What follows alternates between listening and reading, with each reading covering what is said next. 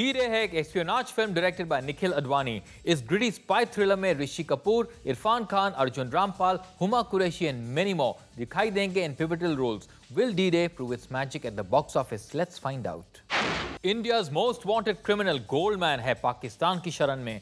Indian agent Wali Khan is joined by Rudra Pratap Singh, Zoya Rahman and Aslam who were sent by RAW to get Goldman back on Indian soil. Mission के D-Day के बीच हुई एक गलती की वजह से Goldman को capture करने से चूक जाते हैं ये सब। But the mission doesn't stop here.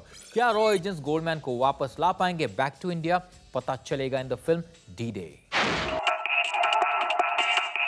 Rishi Kapoor दिखाई देंगे as Goldman, India's most wanted terrorist.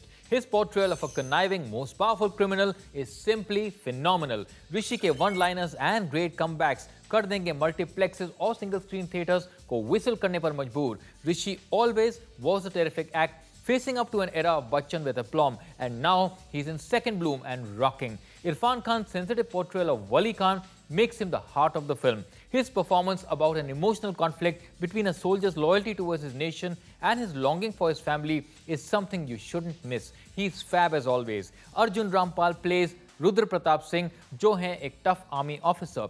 His portrayal of a no-nonsense spy makes an impact. We can easily say that he is at his intense best. This man is going from strength to strength. The chemistry between Arjun and Shruti Hassan's character, who is a sex worker in Karachi's red light area, is spellbinding. Shruti is fab.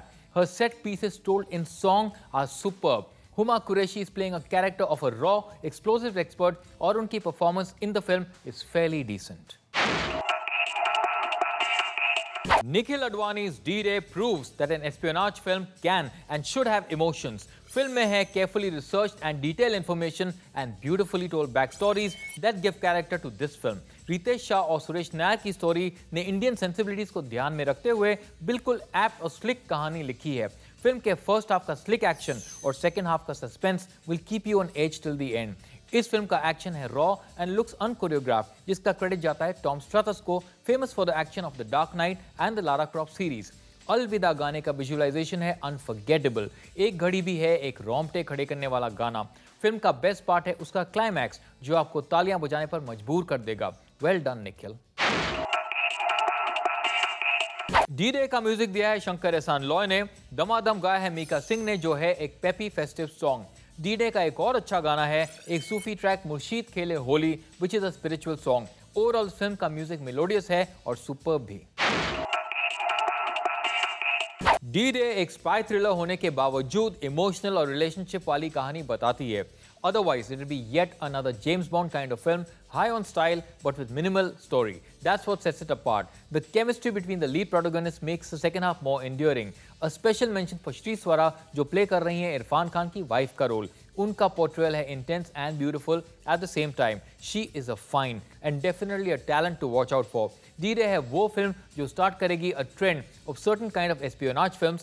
ये है एक fearless film जो नाम and incidents को दोहराने से नहीं डरती। D-Day will no doubt become a benchmark for spy thrillers in Bollywood. हमने बहुत इंतजार किया है ऐसी ही एक देसी स्पाई थ्रिलर का, and with D-Day Nikhil Advani has nailed it. D-Day को मैं देता हूं 4 स्टार्स।